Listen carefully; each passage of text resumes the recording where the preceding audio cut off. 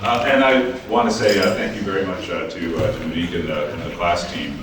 It's been a real pleasure being here. I guess, like many of you, this has been one of my first in-person experiences now for a couple of years, and you guys have all made it delightful. I've met some fun, interesting people and had some great discussions. And so that plus all the times people have come up to me and said, "I'm really looking forward to your keynote," have me feeling the pressure of wanting to appropriately wrap up the terrific experience we're having here. So I hope I won't disappoint you. So I'm going to talk about some of our experiences, which have really led us more into figuring out questions than answers, just the next set of questions, and maybe some of the broader questions that we're going to need to address as we move forward with implementing future technology, AI technology, into imaging in general.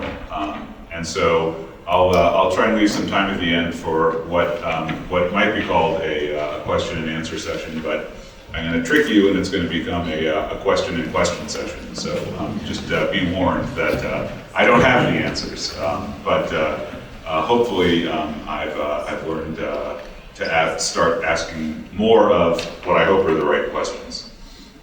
And one of those questions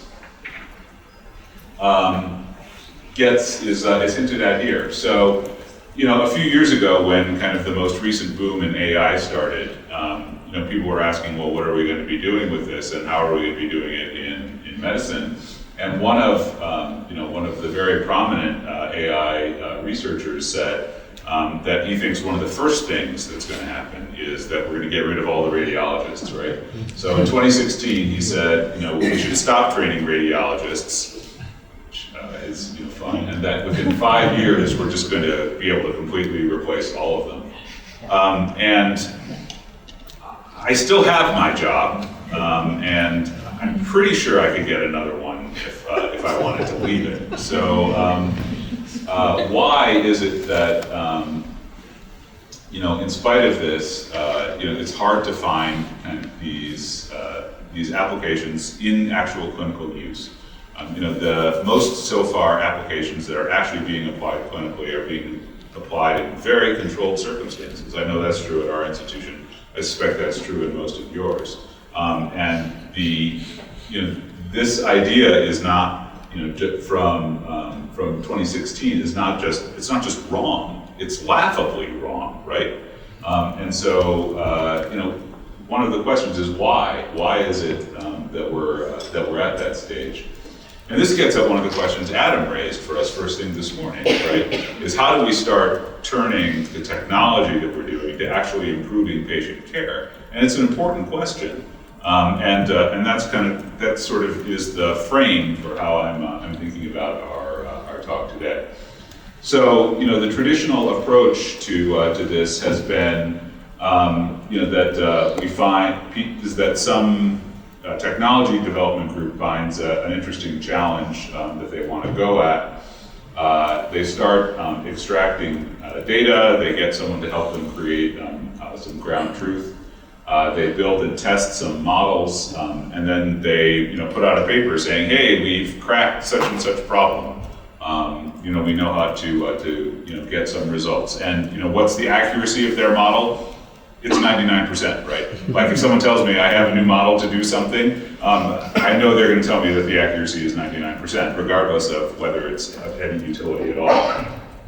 But in spite of that, and one of the things that's touted is the amount of data that they're using, and it's clear that it's not necessarily true that just adding more data to it is going to be solving this problem, as some studies have started to show, as we've done some analysis as to why we're not seeing more of these tools in use. There is still a significant art to the question of how we actually build these models, which is encouraging in a way. So what are the steps we have for trying to actually bring these tools, bring even the idea of these tools into patient care? And obviously the first one we think of, we break it down into 4 big areas. So one is ideation, like figuring out what are the real problems that we could solve, and that would be useful to solve, that would be valuable to solve, that would matter to solve, that would actually make the world a better place. And then figuring out how to make sure that the tools that we're developing are actually good for that. And that's a question that can be asked at many different levels, as we'll get into a little bit. But that we would have standard measurement systems, standard QMS quality measurement systems, to actually assess those, assess that for us. Bringing in regulation and making sure that there's appropriate control over what's actually done, and making sure that the FDA is appropriately involved. And then finally, and this is sort of the area that I specialize in and think about a lot, is actually integrating it into our clinical work. How do you actually at the nuts and bolts bring it into what a radiologist is doing from day to day? So thinking about ideation. So a lot of the challenge we've had so far has been that challenges of or various contests have been put together, or even companies have started based on the idea of trying to create a model to do such and such without and some things, even though there's a big Kaggle lung challenge in 2016 that resulted in after which lots of lung cancer studies started to be published about AI. But the amount of actual measurable effect on clinical care is minimal. And similar with a large $1 million challenge in 2017. And doing a post-mortem on that challenge, it's difficult frequently for non-subject matter experts to actually figure out what are the on-the-ground parameters that they need to be working around. And so, for example, in this case, they didn't choose an ideal training set, they didn't choose ideal ground truths. And so, the AI outputs that were created as part of this contest, to win this contest, didn't really address the actual clinical problem that we're addressing, didn't actually match up with the data sets that we're actually dealing with from day to day. And so they don't really fit into they're not really applicable to what we want to do. And so one of the ways that people are approaching that is to try and create what we call use cases, where what you have is actual subject matter experts, typically radiologists, but frequently involving other providers as well, working to create essentially data models and other parameters around a specific way of applying AI, a specific way that AI could be applied in a given clinical realm. And the American College of Radiology, their Data Science Institute, has a very nice group that and a process for bringing together relevant people to do this, and I recommend it actually. So acrdsi.org has a number of these use cases, and I encourage you to look at it and see whether ideas you've had are already there, and if they're not, to offer to submit some, because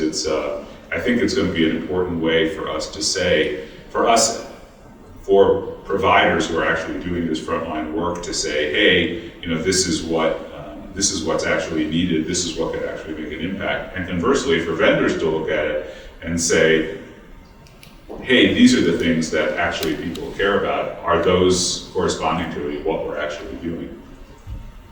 But I'm going to leave ideation behind for a minute with that, and as I said, refer you to the Data Science Institute.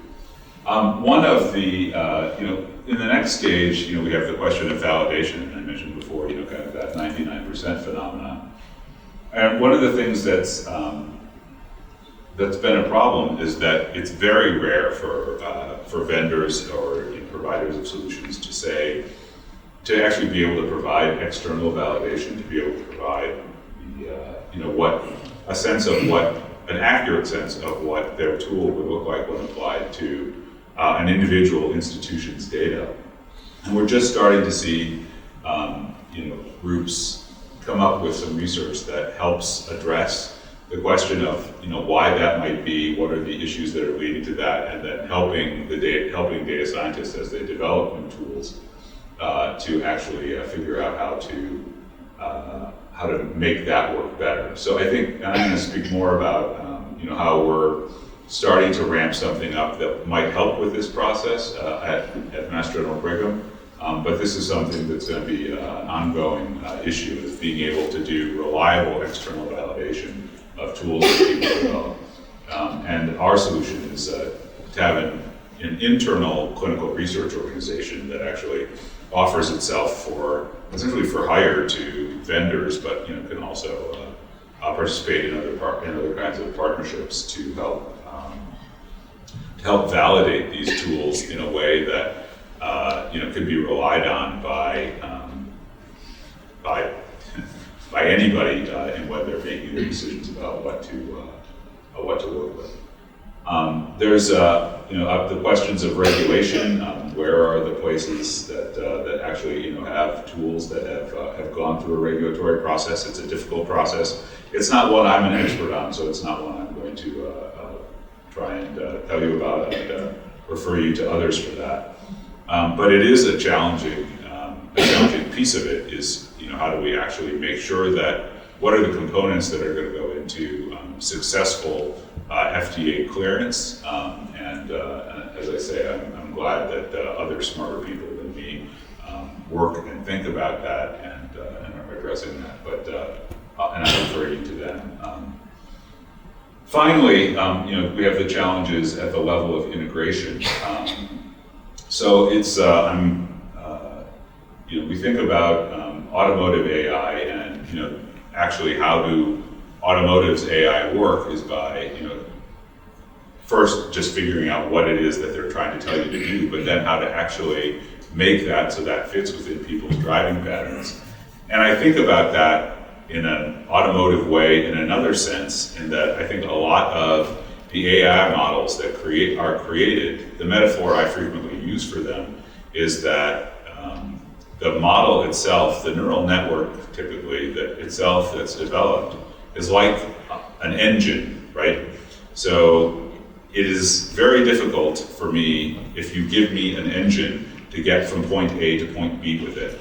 You need a chassis and a seat and a steering wheel, and I'd like a seat too, right? So it's the difference between an engine and a car, and figuring out how to plug things in, how to take the engines that are being developed by the data science approaches and actually fit them into our clinical work so that they're actually usable as tools is something that can be very difficult to do. And it's something that, as I say, I work on actively, and we have a program we're working on at Mass General Brigham. So finally, we have, this is kind of how we've broken this down and the steps we think about for doing this. So obviously first, the ideation. So defining real world use cases. We do some of this internally, but we use a lot of what's developed at the Data Sciences Institute. And then figuring out the process of extracting training data sets, which obviously is another area that needs where good tools would be helpful, and I think those are starting to come. And then again, tools for creating and defining ground truth, where part of what the ground truth should look like is being defined by the use cases in a way that's very useful.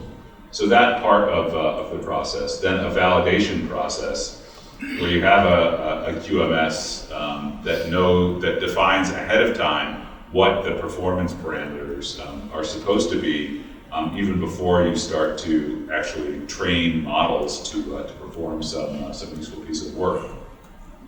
And then be able to actually test the models and confirm that they're doing what they want across multiple sites, which I think is really key. And then put that in a format where it can enter the regulatory compliance process, where things can be reviewed by the FDA, hopefully in an increasingly expeditious way, before they can be then turned into real products. So this is where you actually get to figuring out how they're going to be wired into our systems, and then how they actually fit into the radiologist's workflow. So, making sure that they work on our local data to start. Actually, what are the mechanics, what are the user interfaces for bringing them to the radiologist? And then finally, this is an important piece, ongoing monitoring of how the tools are performing as they go, so that we can make sure that they're not degrading over time, that the assumptions that they've been based on haven't changed over time, which is a constant worry of ours. And that's how we're going to get to a place where these tools can really be working to help us improve patient care. As I say, this validation phase, we've developed our own internal group that works on helping do this validation, working with a number of device manufacturers to do this, setting up a kind of an internal process for this, offered as a service. Working with one of our major partners is GE. So shout out to them, but starting to model this process of working with other vendors as well. And I'll just mention that one of the key components of this, and this is something that has come up in our discussions today, for example, in our discussions about image sharing, was the data that's created as part of an AI and how that's managed. So for example, if you have a case where an AI has generated some data and flagged some finding, but it's an incorrect finding, how do you make sure that that is stored but not actually part of the patient's published medical record, or if it should be, or how that works? And so we've been creating models where we already have an existing electronic medical record and an imaging record, which is our imaging archive.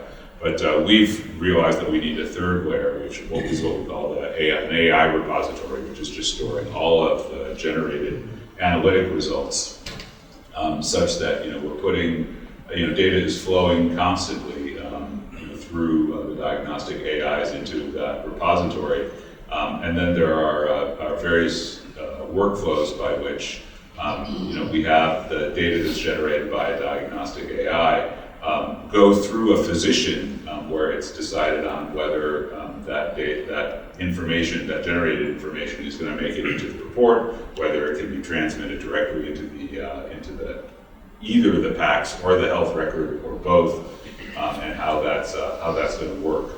And then obviously continue using that as a component of our monitoring process, right? To be able to say, hey, a person, the number of times a physician, a radiologist typically rejected these, the results from the AI is, moving up or moving down, or whatever is happening with it is obviously an ongoing part of that process.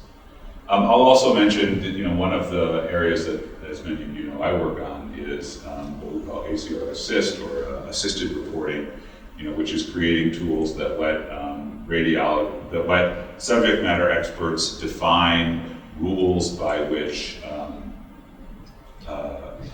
can be plugged into the various tools that we use, frequently reporting tools, but also other kinds of tools, and that these can be brought by various vendors into their products as a way to take incoming data and use that to generate reports. The initial idea was that the radiologist would be generating this data, but what we're finding is that the idea here is that someone has inputted the parameters on the left side, and the module, the tool itself, in a standardized way, has generated the output on the right side, which can then be integrated into the radiologist's report, while maintaining the structured data on the back end. And what can happen, is that as a point of integration, is that instead of radiologists having to do all of the input, is that at first AI tools will be able to provide some of the inputs to this, so that eventually we'll be able to move toward a model. So the radiologist has to do less input, and eventually would move to a model where the radiologist has to do no input and can just supervise this process and say, oh yeah, those are right or those are wrong. and have that be a very standard way of generating at least I would hope, many of the findings parts of our reports, and then also start to help with the generation of more important summative parts like impressions and recommendations that a radiologist might want to make.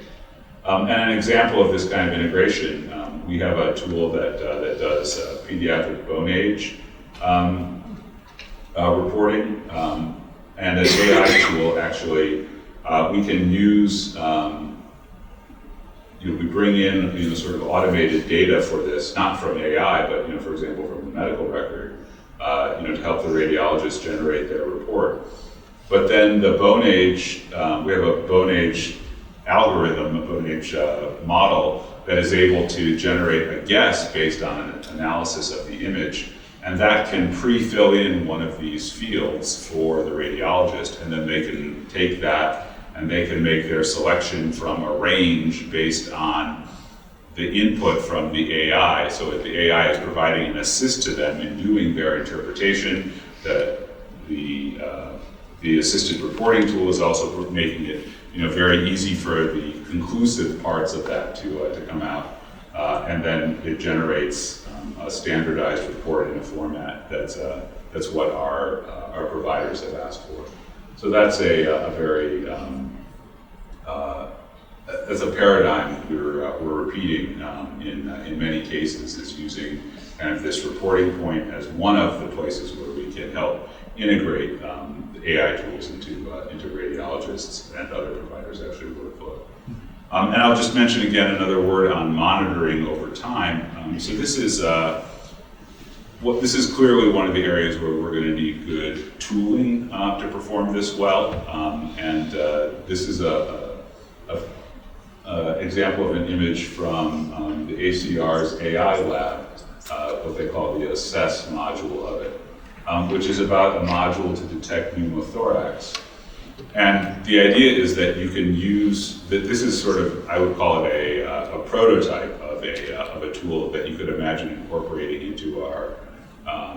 into our systems, where if you have a specific algorithm, it's monitoring its performance over time and letting you sort of slice and dice it in various ways. So you can see what our error rate is, and if there are common features or aspects to the errors that we're seeing. And in this case, you can see that there was some specific scanner being added to the system that was resulting in a high percentage of these errors. And so this is, would provide you at least the beginning of a way of figuring out how to address this. So overall, this approach that we're taking, is starting to realize that just thinking about the individual neural network and how it works, and trying to improve its accuracy and bringing in more data is sort of limited in its ability to result in tools that we can actually use to make a good impact on patient care. And so what we try and do, and what we've been trying to do, is redefine the process where we start from the other end, right? We start from the idea of patient care and say, let's figure out how we're going to improve patient care with the tool, and then build the tool based around that. So, we start from the idea of patient care and say, what are the real solutions that would have an impact, and what would an IT tool around that look like? How do we make sure that, and then we try and develop one which is just a small piece of that, and say, okay, how does our tool sort of meet whatever the requirements of that are, try and get it cleared through a regulatory process, and then importantly, integrate it into our systems in a way that it can be easily used and monitored over time, so that we can make sure that it's working. And that is what maybe would result in a publication, rather than just we've developed a neural network that has 99% accuracy. And so, we try and, one of the things we try and do is think about not how do we get from publication to patient care, but how do we put patient care at the beginning of the process, thinking about how we're going to make an impact at the beginning of the process, and have our ability to do that be what really turns out to be publication proof. So that's how we've been thinking about it at Mass General Brigham, and I'd love to answer any questions I have, although as I say, I'm likely to answer them with a question, or hear from anybody about how they're doing it at their own institution. So thank you very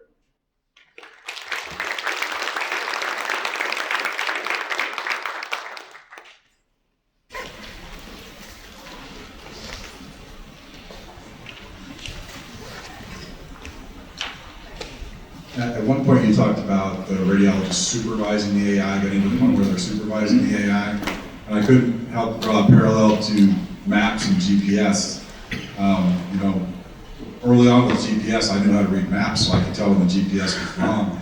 At what point do we reach the point where the next generation or the next generation after that of radiologists don't know how to supervise it because they don't know when it's wrong? Yeah, and I think actually probably that's the kind of thing that evolves over time, right? I mean, because we can imagine all kinds of assistive technologies like that. Even something as simple as trying to imagine the world before anti-lock brakes, right? Where you had to know how to effectively pump the brakes, right? Nobody knows how to pump their brakes now, but that's not bad, right? Because the systems actually are reliable. So that's the way I put it. Is it's kind of, I think, going to be an evolution in terms of what people know how to do and how, along with the reliability of the systems that are there. So I think that's probably how it'll play out for this too. But maybe that's too optimistic. So others who are of a gloomier frame of mind should feel free to speak up too.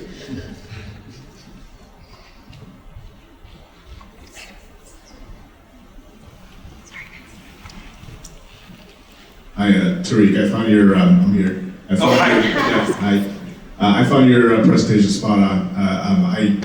I used to work with Cerner about 6 months ago, focused in this space. I just have a couple of comments. Sure. Love the fact that we're talking about clinical impact as the value.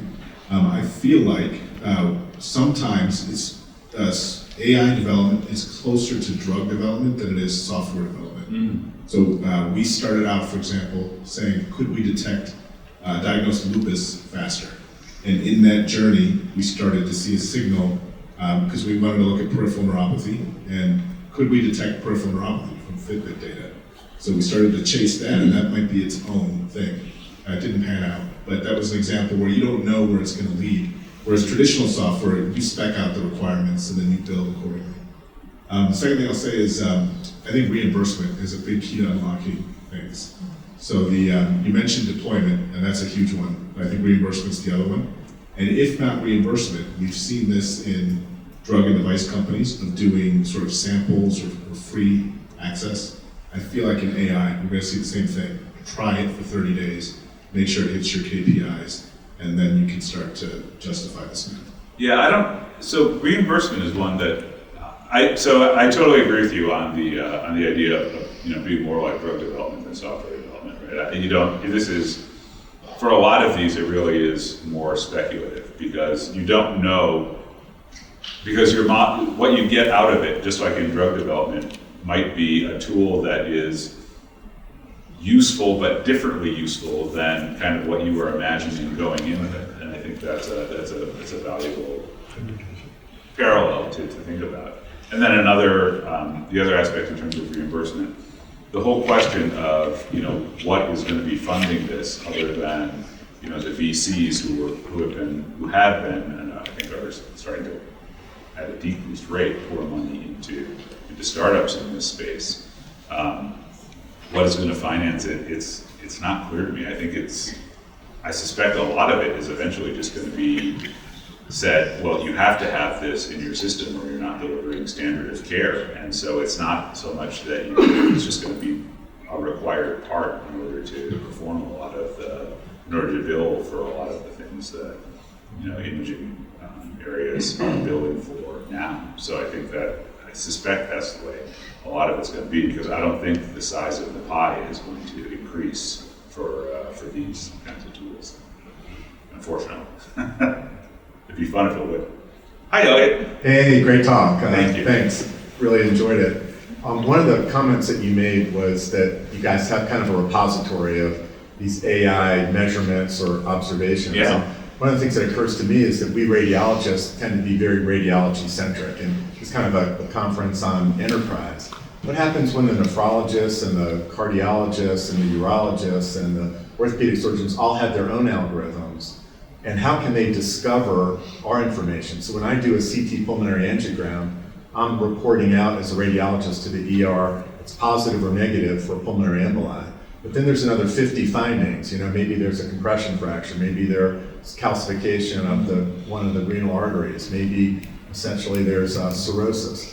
All those findings are hidden in the pixel data, and your algorithms, that we're talking about and you're using at Mass General are gonna record that stuff in kind of this sort of shadowy, or let's say auxiliary database. How do we make that available for everybody else to find and discover so they can make it really useful too? Because it's a gold mine of information from the pixel data that you did from that scan, and everybody wants it, but no one knows where to get it. Yeah, I totally agree with you, Elliot. And the answer is, that's one of the things to figure out. We're first capturing the data, and then I think it does make sense to figure out what's the best way to be making that data available. And the answer for now is very carefully and limitedly, but I don't think that certainly isn't my ongoing vision for it. And I don't think it's the vision of us at MGB anyway, but I don't, it's a question that is, as you're raising it here, is just beginning to be raised more broadly. But I totally agree with you that there's, ideally, this is kind of my pie in the sky idea of, an ideal radiology report would know about all of the open questions about a patient, and then know the intersection between that and any piece of data that might conceivably be useful to those questions that might be answered by the current imaging study. And how do we make sure that for every imaging study that's done on a patient, we're extracting all of those pieces of data to help answer all of those questions, even if it's only moving them along a little tiny bit, and even if that wasn't really the reason that the study was ordered, right? And of course, future questions too. Exactly. And so it's not just, at the time the study's done. It's a... And right now, for mammography CAT in the US, practically everybody destroys the AI markings for quote unquote medical legal reasons, which is interesting. So are we going to be different with AI markings and save those and make them, useful? Yeah, you are certainly asking the same kinds of questions that I'm asking and thinking about. Absolutely. Thanks. Have you guys discussed at all, how do you disclose to the patient that AI is starting to be part of the decision-making process? I can just say from my experience with my dad, he doesn't trust self-driving cars, and I'm just wondering how we make that leap to, Dad, this AI radiologist is a little cheaper, we should go with them. Yeah, I'll tell you that I've been part of several discussions, both kind of internally and in larger groups about it, and none of them has reached a satisfactory conclusion that I know about yet. I mean, because you come down on two different sides, and the patient doesn't really need to know, and the patient has the right to know exactly how they're being taken care of. And then the other side of it's not helpful for them to know. They can't really understand it, and it might cause problems, so why tell them? And they're both right. The question is, how are we going to decide as a group as a society even, how we're going to require disclosure of the use of things like that? We're sort of, bumbling into this problem now, but we're just, I think, one domain of many that's doing that. And, as I say, as a society, I think we're still even just figuring that out. But you're right, it's one of the right questions for sure. Yeah. Yeah, Carrie Rothkopf with Frederick Medical College in Wisconsin. When I think about your comments on the AI repository, what's going in the back of my head is in this rapidly maturing approach where right now the vehicles that we're using to inform the radiologists to either say, hey, AI was used in the background, by the way, AI is processing and potentially has a finding, whether that's a large vessel occlusion or lung nodule or intracranial hemorrhage.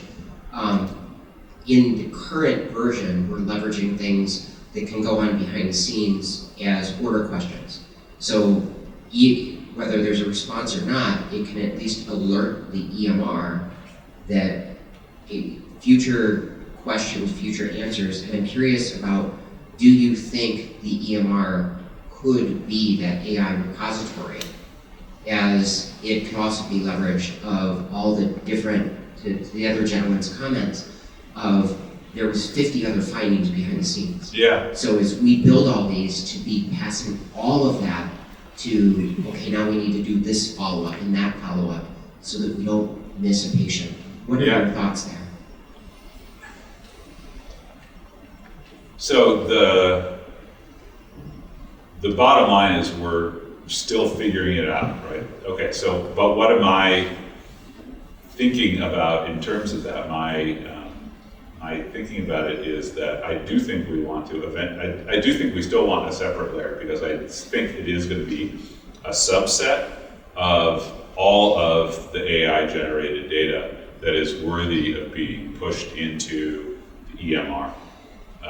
And I think and one of the reasons I separate out specifically the imaging archive from the EMR is that I think there's even a separate layer where there's some data that wouldn't be useful to, the broader care team, but would be useful to radiologists looking at future studies on that patient potentially, right? And so right now, the best solution I have is that we're going to try and figure out how to put some, hopefully not too obstructive, interfaces for the radiologist to make some broad decisions about, how to route those data after they're generated by AI.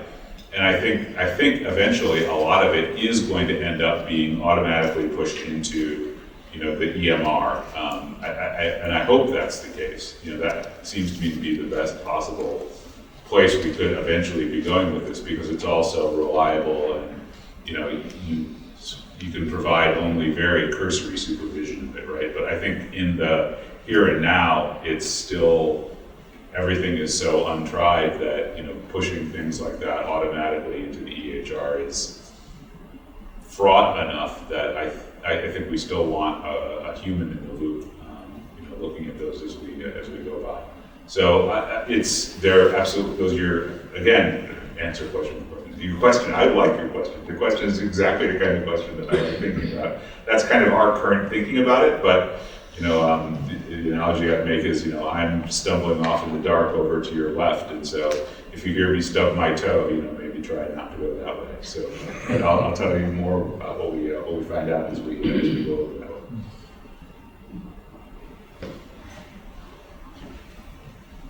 Thank you very much for the talk. I thought it was really insightful, and it's clear that a lot of lessons learned went into the development of the data science office at Mass General. Yeah.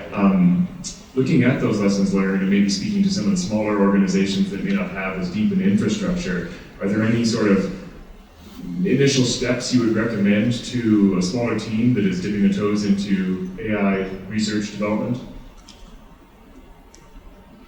I think it's going to be that, is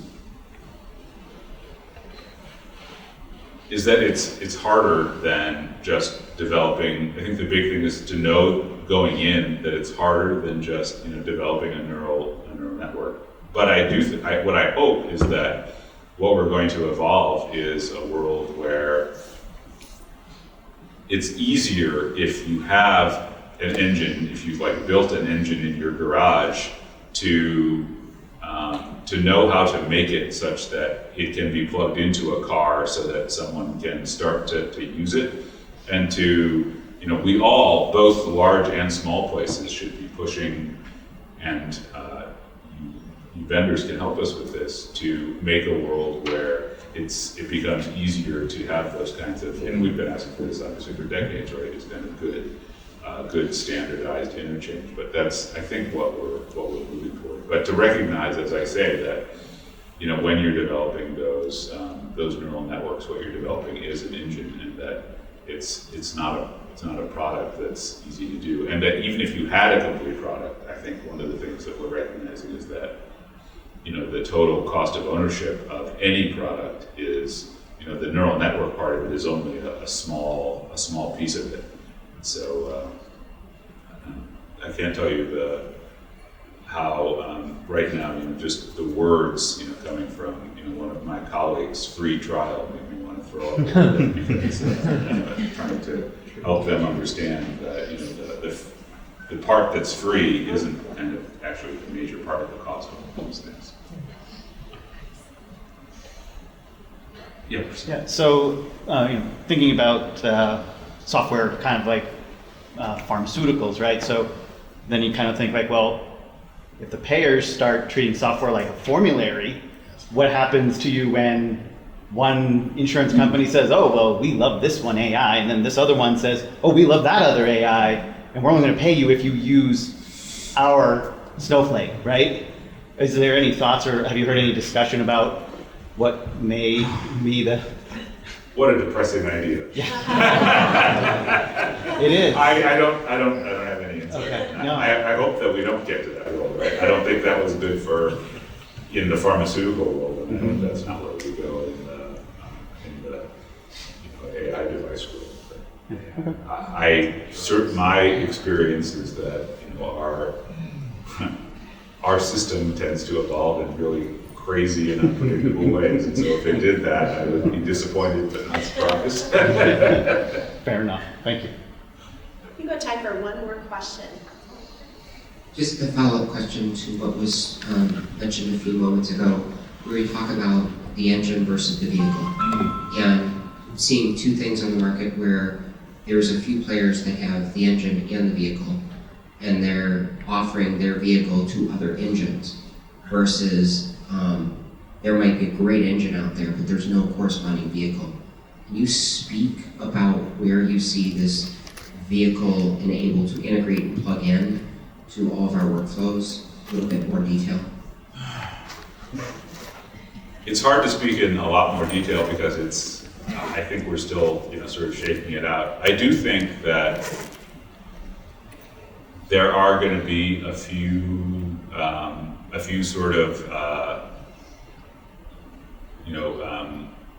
engineless vehicles, sort of standard engineless vehicles that will offer sort of standard kinds of clinical integration, like the image analysis, diagnosis assistant, help generate report assistant, and that'll be kind of one kind of standard engine, like a standard vehicle that is waiting to have some kind of engine dropped into it. You could imagine others that are about workless prioritization, others that are about other kinds of tasks in our workflow. So I hope we're moving toward a world where there are more and more of those, and that it's easier and easier for people who either small places that just have a good idea and are able to really do a good job of developing a neural network, to be able to say, hey, it's easy for us to integrate because you probably already have this framework, this infrastructure installed at your site, and so you can just drop this in with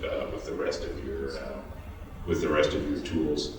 I hope that's at least in the short term where we're going with this, but it's still a very chaotic space right now, and it's still shaking itself out. But I hope that's the next direction we get to, the next kind of phase that we get to, which I think would make things a little better. And again, thank you guys all so much for both the great interactions here, but also throughout the meeting. It's been a great way to get back into seeing people in person.